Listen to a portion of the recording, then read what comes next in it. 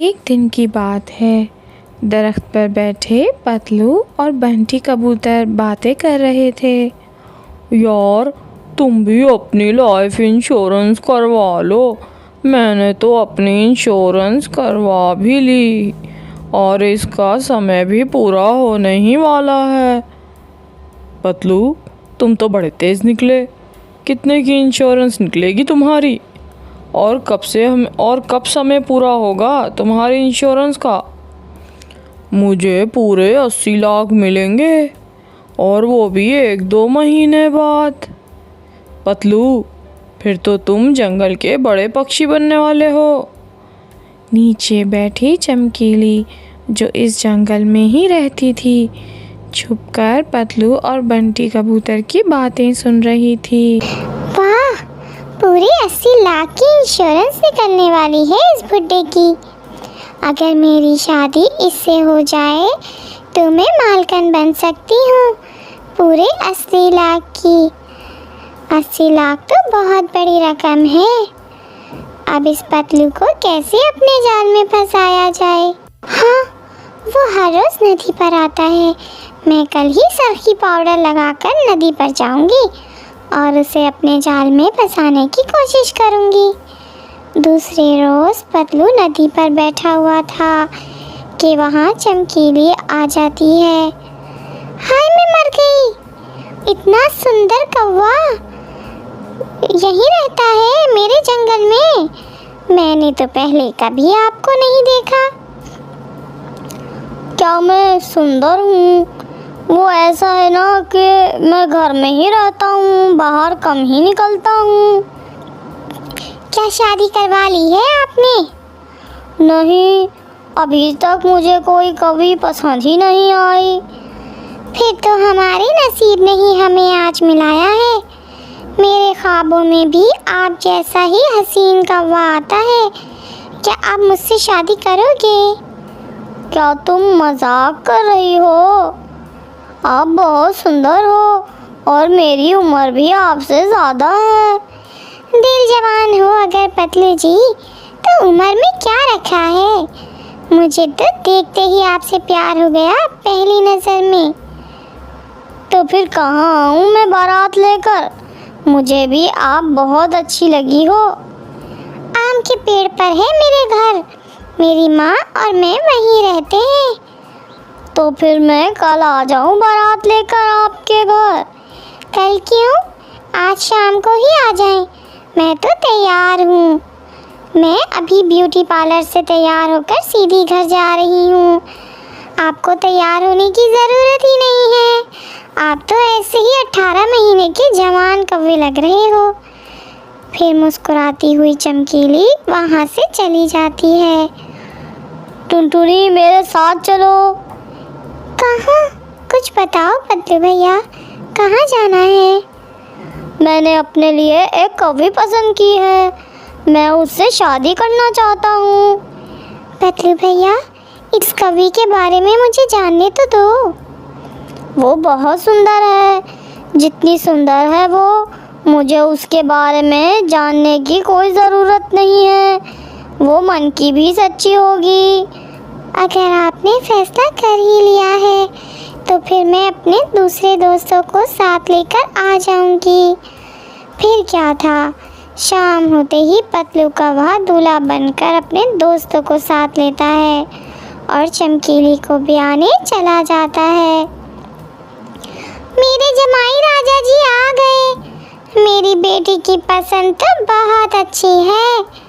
टुनटुनी, बंटी और मिट्ठू तोता हैरान थे कि पतलू तो इतना सुंदर है भी नहीं। ये कभी पतलू की इतनी तारीफें क्यों कर रही है?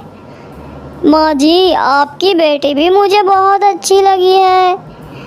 पतलू जी, बहुत देर कर दी आपने मिलने में। अगर पहले मिले होते तो अब तक हमारे 8-10 बच्चे होते। फिर पतलू अपनी दुल्हन को ब्याह कर वापस हो लेता है। आपका घर बहुत सुंदर है, मुझे बहुत पसंद आया। अभी तो कुछ दिनों बाद मैं तुम्हें इससे भी बड़ा और सुंदर घर लेकर दूंगा। अच्छा, वो कैसे पति जी? मेरी 80 लाख की इंश्योरेंस निकलने वाली है। बस कुछ ही दिन रहते हैं, फिर हम अमीर हो जाएंगे। मुझे पैसों की कोई लालच नहीं है, बस मेरा पतलू जी मेरे पास रहे, मुझे यही बहुत है। दूसरे रोज चमकीली पतलू से कहती है, पतलू जी मैं अपनी माँ के पास जा रही हूँ, शाम तक लौट आऊँगी।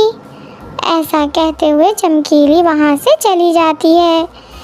चमकीली मेरी बेटी, अपने चाचा को बताओ सारी बात। चाचा जी 80 लाख की इंश्योरेंस है उस बुड्ढे की। अब मुझे समझ नहीं आ रही कि कैसे ठिकाने लगाऊं इस बुड्ढे कौवे को। ये काम तुम मुझ पर छोड़ दो, मैं लाऊंगा जहर और तुम मिलाओगी उसके भोजन में। और हाँ, याद रखना, अपने चाचा जी का हिस्सा देना ना भूल जाना। मैं अपने चाचा जी को कैसे भूल सकती हूँ? बस आज जल्दी जल्दी इस बुड्ढे कौवे को ठिकाने लगाएं। ऐसे ही कुछ दिन गुजर जाते हैं। टुनटुनी किसी काम से बुलबुल के पास बैठी थी कि वहाँ चमकीली का चाचा भी आ जाता है। बुलबुल, मैं मुंह मांगे पैसे दूंगा तुम्हें। मुझे ऐसी जहर दो जिसे खाते ही चूहे मर जाएं। मैं ऐसे किसी को जहर नहीं देती, कोई जानने वाला है तो साथ लाओ। पास में बैठी टुनटुनी ये बात जानती थी कि ये कौवा तो पतलू की पत्नी का चाचा है।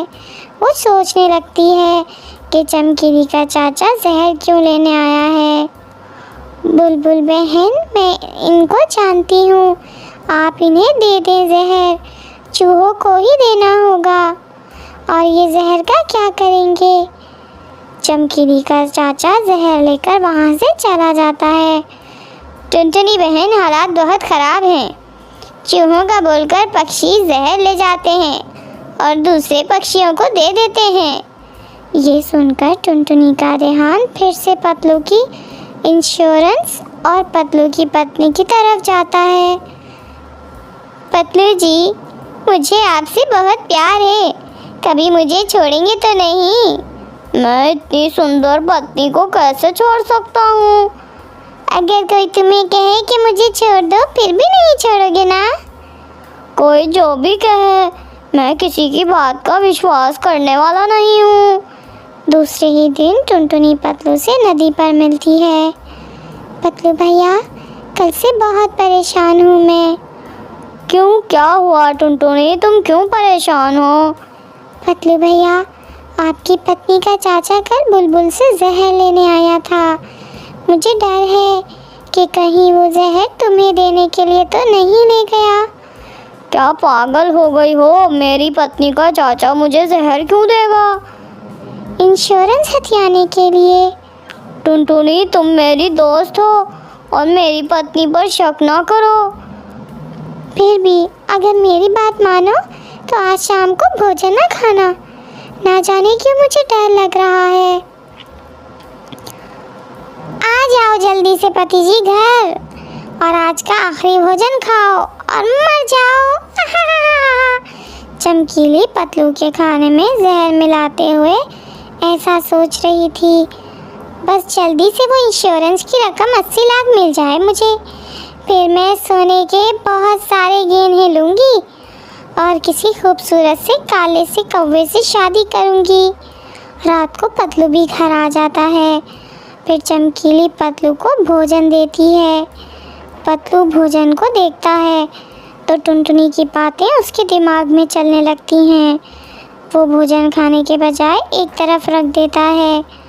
आपने खा लिया भोजन? हाँ, खा लिया भोजन मैंने। फिर पतलू लेट जाता है और मरने का नाटक करने लगता है।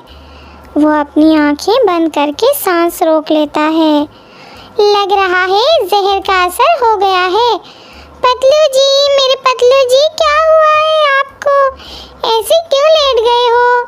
चमकीली रोने लग जाती है और फिर रोते रोते अचानक हंसने लग जाती है।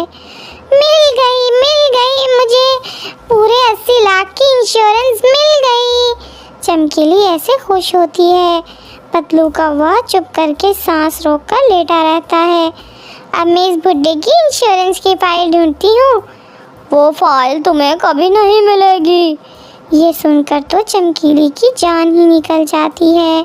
फिर पतलू उसे अपने घर से निकाल देता है और अपनी दोस्त टुनटुनी का शुक्रिया करता है जिसने उसकी जान बचाई थी। अगर आपको वीडियो पसंद आए तो चैनल को सब्सक्राइब